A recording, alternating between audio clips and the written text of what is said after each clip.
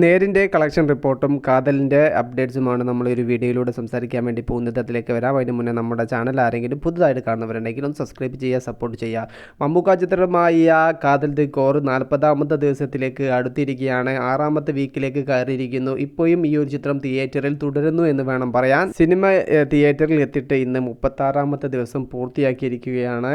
ഇപ്പോൾ ഈ ഒരു ചിത്രം കളിക്കുന്നത് തൃശ്ശൂരും എറണാകുളവും ട്രിവാൻഡ്രത്തുമാണ്. കാതൽ ദി കോർ എന്ന മമ്മൂക്ക ചിത്രം ഒരു ഓഫ് ബീറ്റ് സിനിമയായിരുന്നു. ഈ ഒരു സിനിമ റിലീസാവുന്നത് വരെ ചിത്രത്തിൻ്റെ അണിയറ പ്രവർത്തകർക്ക് വൻ ടെൻഷനായിരുന്നു. കാരണം ഈ ഒരു ചിത്രം കാണാൻ കുടുംബ പ്രേക്ഷകർ തിയേറ്ററിൽ എത്തുമോ എന്നുള്ള കാര്യം. എന്നാൽ ചിത്രം കാണാൻ മൗത്ത് പബ്ലിസിറ്റിയുടെ സഹായത്തോടെ കുടുംബ പ്രേക്ഷകർ എത്തി.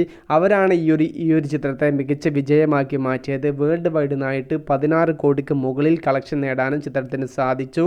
ഓർക്കുക, ഇതൊരു ഓഫ് ബീറ്റ് സിനിമയായിരുന്നു. നേരിൻ്റെ കൂടെ കാതൽ എന്ന് പറയുന്ന മമ്മൂക്ക ചിത്രവും തിയേറ്ററിൽ തുടരുന്നു എന്ന് വേണം പറയാൻ. നേര് എന്ന ചിത്രം ഇന്ന് 8ാമത്തെ ദിവസത്തിലൂടെയാണ് കടന്നു പോകുന്നത്.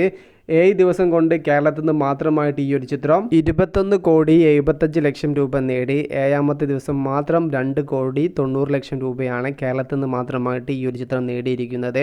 വേൾഡ് വൈഡ് 7th ഡേയിലെ ടോട്ടൽ കളക്ഷൻ എന്ന് പറയുന്നത് 40 കോടിക്ക് മുകളിലാണ്. ചിത്രത്തിൻ്റെ ടോട്ടൽ വേൾഡ് വൈഡ് കളക്ഷൻ്റെ കറക്റ്റ് ഫിഗർ എല്ലാം കിട്ടണമെങ്കിൽ ചിത്രത്തിൻ്റെ ഒഫീഷ്യൽ കളക്ഷൻ അപ്ഡേറ്റ് പുറത്ത് വന്നിട്ടില്ല. അതിനുവേണ്ടി കാത്തിരിക്കുകയാണ് ആരാധകർ. ചിത്രം ഇന്ന് 8ാം ദിവസം മാത്രം കേരളത്തിൽ നിന്ന് 2.5 കോടിക്കും 2.25 കോടിക്കും ഇടയിൽ കളക്ഷൻ വരും.